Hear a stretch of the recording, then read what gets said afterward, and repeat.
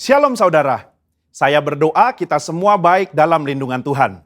Saat ini kita sedang berada di era postmodernism, di mana salah satu cirinya ialah pendapat pribadi dianggap sebagai hal yang harus diperhatikan dan didengar. Sehingga hal tersebut mendapat tempat prioritas dalam kehidupan seseorang. Apa yang dahulu dipercaya dan diajar sebagai sebuah kebenaran, kini dikritisi dan dipertanyakan. Akibatnya, kebenaran atau fakta menjadi sebuah hal yang relatif. Dan orang akan cenderung mengutamakan dan mempercayai apa yang dia ingin percayai menurut perasaan dan keinginan hatinya. Begitu pula jika kita membahas mengenai persoalan gender dan LGBTQ. Hal-hal mengenai moralitas dan seksualitas yang sudah dipegang dan dipahami sejak lama, kini dipertanyakan dan diabaikan serta dianggap sebagai sesuatu yang salah dan tidak relevan. Tentu saja pandangan yang menyatakan bahwa setiap orang benar dan bebas melakukan apa yang ia inginkan menurut keinginan dan perasaannya adalah tidak benar. Nah, Voice of Pentecost hari ini adalah seri pertama dari seri Gender Identity Challenge dan LGBTQ. Gender identity adalah identitas jenis kelamin di mana seseorang dapat mengerti dan meyakini jenis kelaminnya berdasarkan organ seksualnya dan menjalani kehidupannya sebagai seorang individu berdasarkan organ seksual bawaan lahir yang telah Tuhan anugerahkan. Jika sejak awal penentuan gender identity-nya sudah benar, maka jika terjadi preferensi seksual yang menyimpang seperti LGBTQ dapat ditangani. Namun jika penentuan gender identity-nya sudah salah, maka preferensi seksualnya pun pasti akan jadi salah. Pandangan yang beredar saat ini ialah bahwa seseorang bisa dan berhak untuk menentukan gender identity-nya sendiri.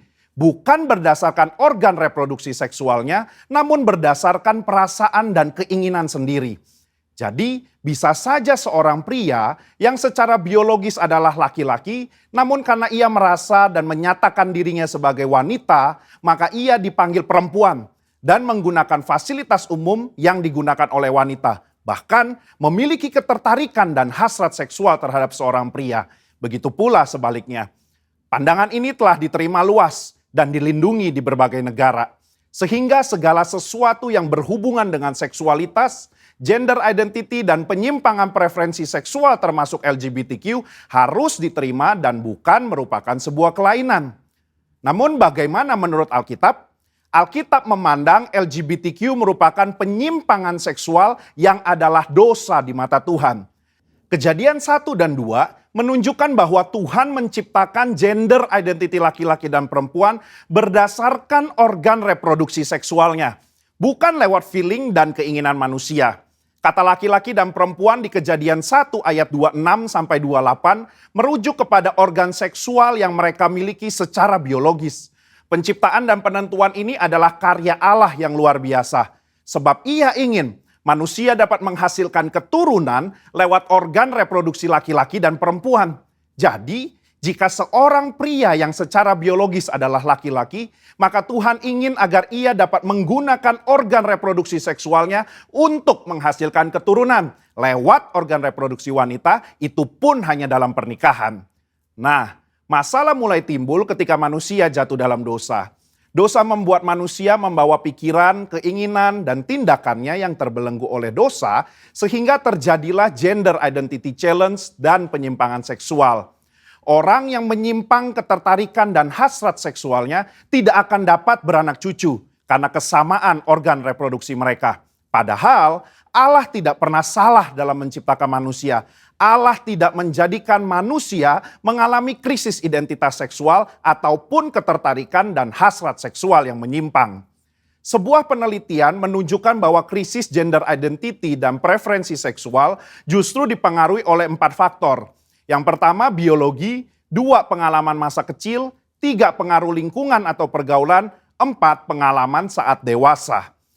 Keempat faktor ini juga bisa kita lihat dalam peristiwa Nuh dan anaknya Ham. Ham melihat aurat ayahnya, entah dia mengejek atau nafsu, perbuatan itu salah secara moral di mata Tuhan. Akibatnya, Nuh mengutuk Ham dan keturunannya.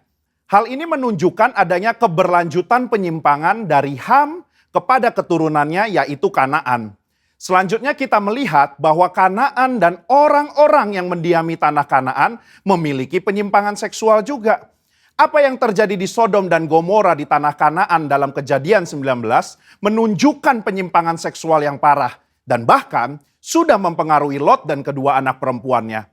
Lot menganggap hal wajar untuk memberikan kedua anak perempuannya untuk dipergunakan secara seksual oleh kerumunan massa. Dan kelak di dalam pelarian mereka, kedua anak perempuannya pun menganggap normal untuk memiliki anak dari ayah mereka sendiri. Yang akhirnya menghasilkan bangsa Moab dan Amon yang juga akan dihukum Tuhan karena kejahatan yang bangsa ini lakukan.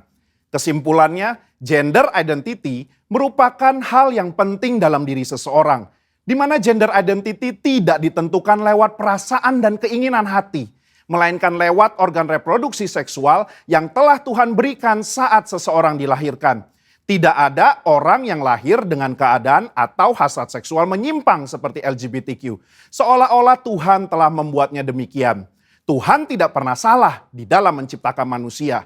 Justru dosalah yang membuat manusia membawa pikiran, keinginan, dan tindakannya pada keputusan yang salah. Maka dari itu, diperlukan kemampuan dan keputusan yang tegas dalam memahami dan meyakini gender identity seseorang sedari awal kehidupannya.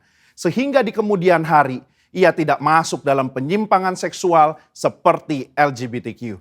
Saudara, untuk penjelasan lengkapnya dari tim teologi kami, silakan klik link yang ada di atas atau scan QR Code yang tersedia. Salam integritas, Tuhan Yesus memberkati.